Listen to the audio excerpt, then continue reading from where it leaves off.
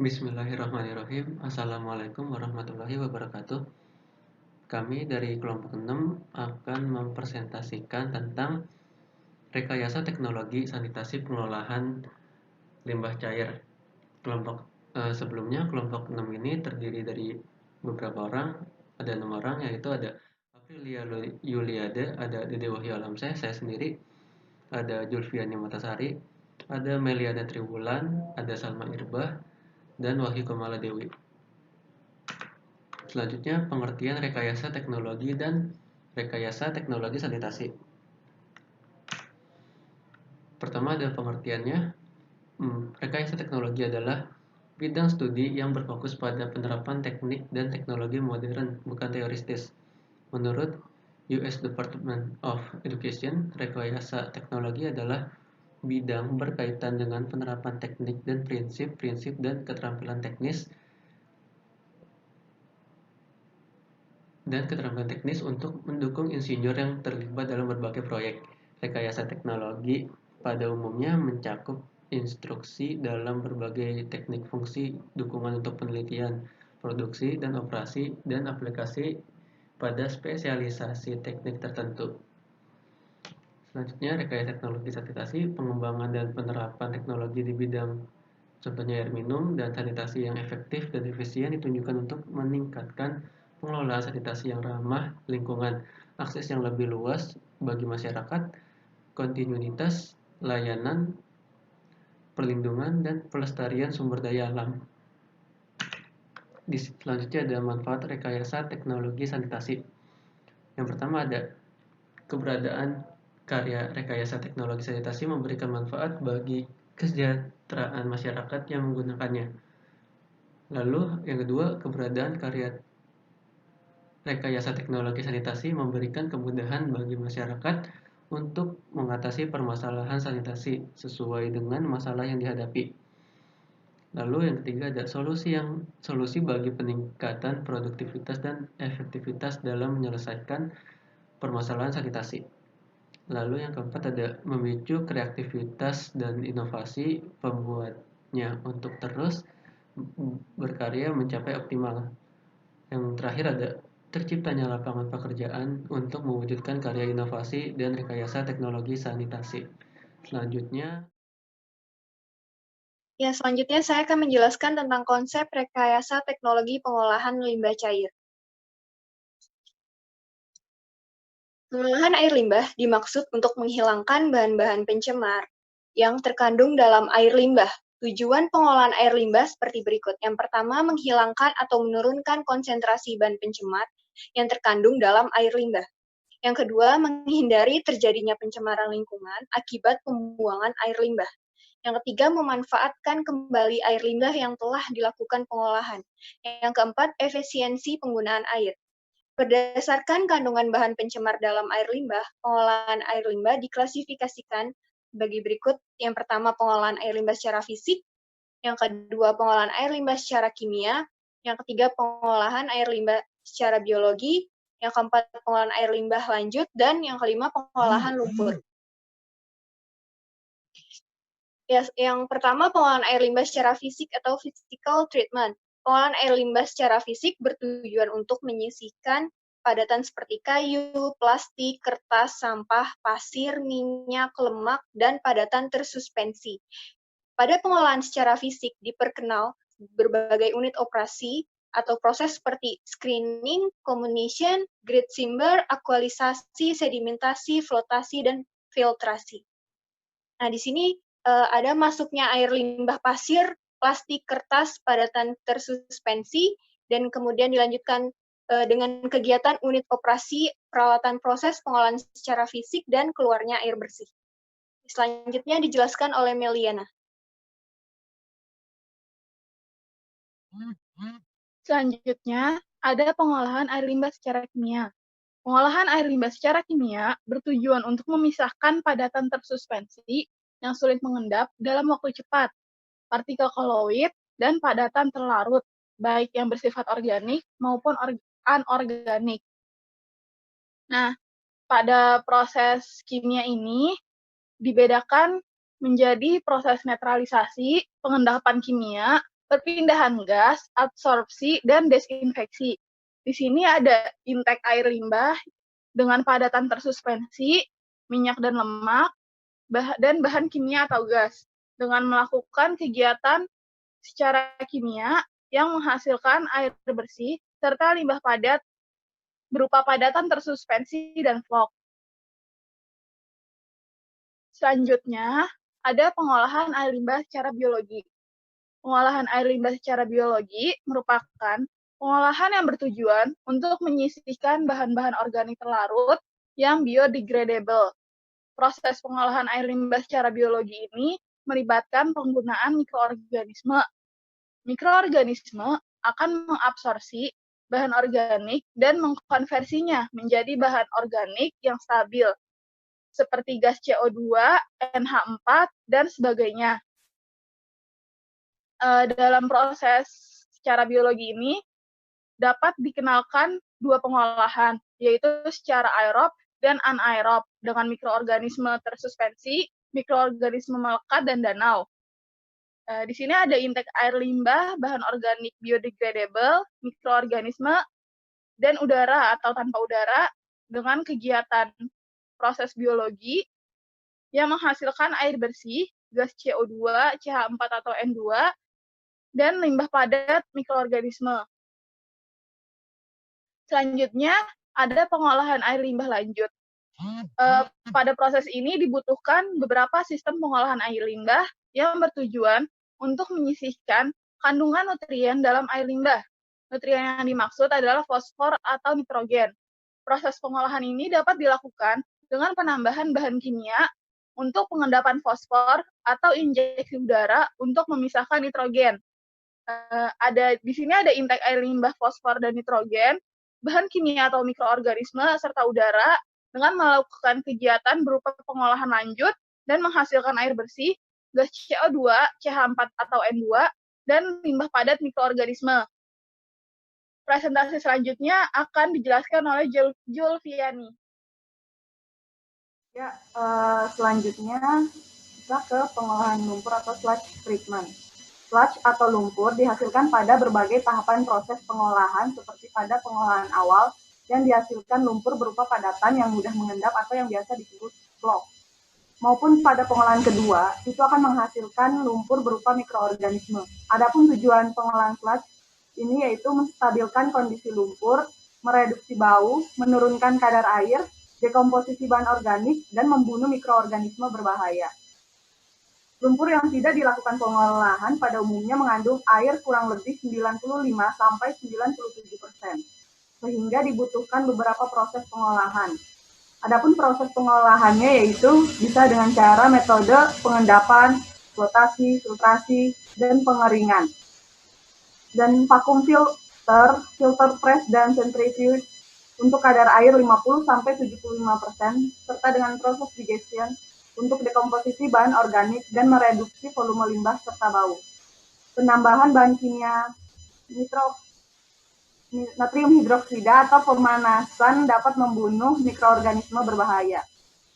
Yang bisa kalian saksikan di bawahnya ada tabel, yaitu masuknya itu ada sludge berupa lumpur yang mengandung air 95-97% dan ada juga bahan kimia. Adapun kegiatannya yaitu unit operasi atau peralatan proses pengolahan lumpur atau sludge. Terus keluarnya itu ada air bersih dan gasnya itu karbon dioksida.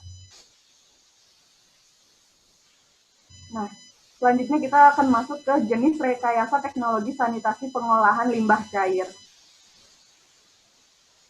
Yang pertama ada grease trap. Grease trap adalah alat perangkap minyak dan oli. Alat ini membantu untuk memisahkan minyak dan air sehingga minyak tidak menggumpal dan membeku di pipa pembuangan dan membuat pipa tersumbat.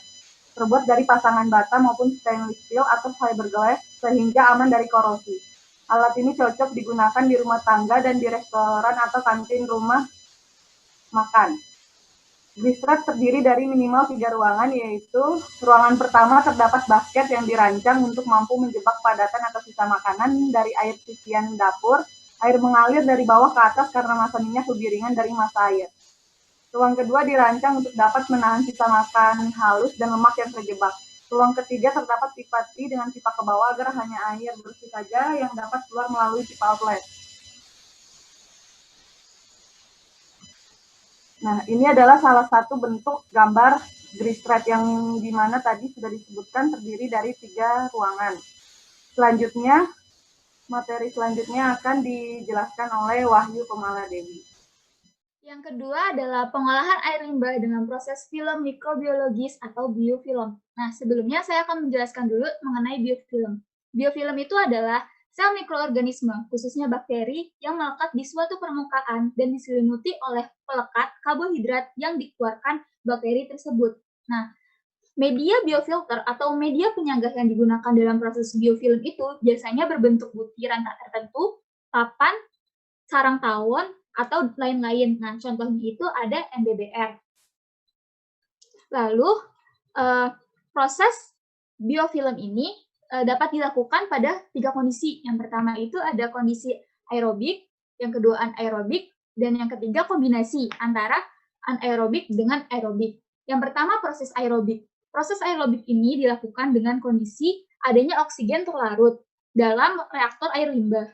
Sedangkan pada proses anaerobik dilakukan dengan tanpa adanya oksigen dalam reaktor air limbah. Dan yang ketiga, proses kombinasi anaerob-aerob adalah merupakan gabungan proses anaerobik dan proses aerobik. Nah, proses ini biasanya digunakan untuk menghilangkan kandungan nitrogen dalam air limbah. Pada kondisi aerobik, terjadi proses nitrifikasi, yaitu nitrogen amonium diubah menjadi nitrat, NH4+ menjadi NO3. Dan pada kondisi anaerobik terjadi proses denitrifikasi, yakni nitrit yang terbentuk diubah menjadi gas nitrogen, NO3 itu diubah menjadi N2.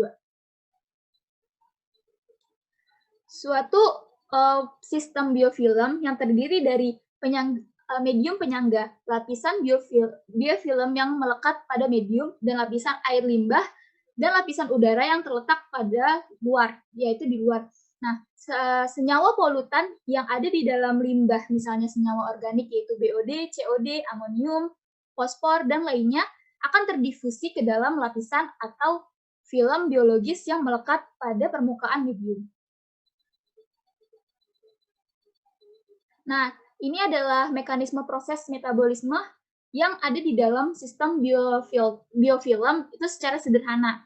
Dapat dilihat pada gambar ini, ada 4 lapis. Yang lapis pertama yang garis-garis arsir hitam itu adalah medium atau biofilternya, media biofilter. Sedangkan yang sehabis dari media biofilter itu ada yang hijau tua itu adalah zona atau zona anaerob. Yang ketiga, warna kuning itu ada zona aerob. Dan yang keempat itu yang warna biru, lapisan terluar adalah lapisan air dan udara.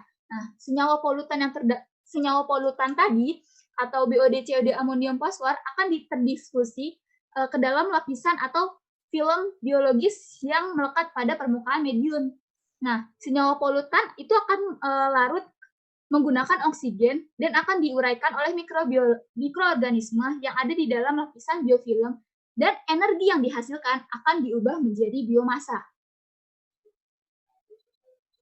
Nah, suplai oksigen pada lapisan biofilm dapat dilakukan dengan beberapa cara, misalnya pada sistem RBC, yakni dengan cara kontak dengan udara luar, sistem tracking filter dengan aliran udara balik, sedangkan pada sistem biofilter tercelup dengan menggunakan blower udara atau pompa sirkulasi. Saya akan menjelaskan sedikit tentang ketiga sistem tersebut. Yang pertama ada sistem filter tercelup. Nah, filter tercelup ini itu dengan atau tanpa proses aerasi. Jadi dia bisa berbentuk anaerob maupun aerob. Nah, posisi media, yaitu posisi tadi media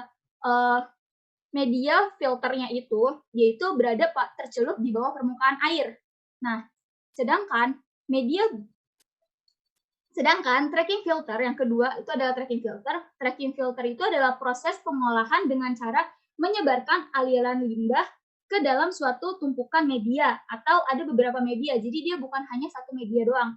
Dan dari media tersebut akan dihasilkan lendir, dan lendir itu akan menguraikan senyawa polutan. Dan yang ketiga adalah proses RBC atau Retracting Biological Contractor. Nah, mikrobiologi yang melekat pada biofilter akan diputar ke air limbah yang mengalir secara kontinu ke dalam reaktor. Dan next, nah di sini, nah yang gambar yang pertama dapat dilihat warna putih bulat itu adalah contoh dari media penyangga atau biasa disebut itu MBBR yang biasa digunakan. Dan yang gambar kedua itu adalah contoh dari proses tracking filter, yaitu bag tracking filter, di mana air limbah itu akan disemburkan ke dalam baknya tersebut, dan nantinya air limbah tersebut akan turun ke dalam media-media yang tadi sudah saya sebutkan. Jadi ada beberapa media, bukan hanya satu media saja. Nah, nantinya senyawa polutan tersebut yang ada pada air limbah itu akan mengurai karena media yang dapat menyanggah si polutan tersebut, dan yang hasilnya adalah air limbah yang sudah bersih. Ya, selanjutnya ialah daur ulang air limbah. Pada tahun 1994, dalam sebuah jurnal internasional Water Science Technology, Hidenari Yasui dari Kuritako, Jepang, memperkenalkan sebuah proses inovasi pengolahan air limbah dengan mereduksi jumlah endapan lumpur yang dihasilkan dari proses pengolahan lumpur aktif. Proses inovasi tersebut kemudian dikenal dengan proses pengolahan air limbah emisi zero atau zero emission. Hidenari ini berhasil mereduksi hampir 100% dari limbah endapan lumpur dengan menerapkan teknologi ozon pada proses pengolahan air limbah lumpur aktif. Pada sistem ini, sebagian endapan lumpur diambil untuk melalui proses ozonisasi dalam chamber ozon proses. Selanjutnya, endapan lumpur tadi dikembalikan pada chamber lumpur aktif. Dalam chamber lumpur aktif, bersamaan dengan proses penguraian air limbah material oleh mikroorganisme, terjadi pula proses penguraian endapan lumpur hasil proses tersebut, sehingga tercipta sistem praktis pengolahan air limbah. Dengan kemampuan multifungsi yang dimilikinya, ozon dapat menguraikan endapan lumpur yang sebagian besar kandungannya adalah bakteri dan senyawa-senyawa organik seperti fenol, benzen, atrazin, dioksin, dan berbagai zat pewarna organik yang tidak dapat teruraikan dalam proses lumpur aktif. Dengan menerapkan teknologi ozon pada pengolahan air limbah, lumpur aktif didapatkan sistem praktis pengolahan air limbah. Beberapa keuntungan penerapan sistem ini adalah lumpur endapan dapat dihilangkan sehingga pengolahan lanjutan dan atau pencemaran sungai dapat dihindarkan. Bulking dapat dihilangkan sehingga sistem proses lumpur aktif berjalan stabil dan air limbah dapat didaur ulang. Dengan menerapkan sistem ini, didapatkan air bersih yang tidak lagi mengandung senyawa organik beracun dan bakteri yang berbahaya bagi kesehatan. Air tersebut dapat dipergunakan kembali sebagai sumber air untuk kegiatan industri selanjutnya. Terima kasih. Berikut. Terima kasih. Terima kasih.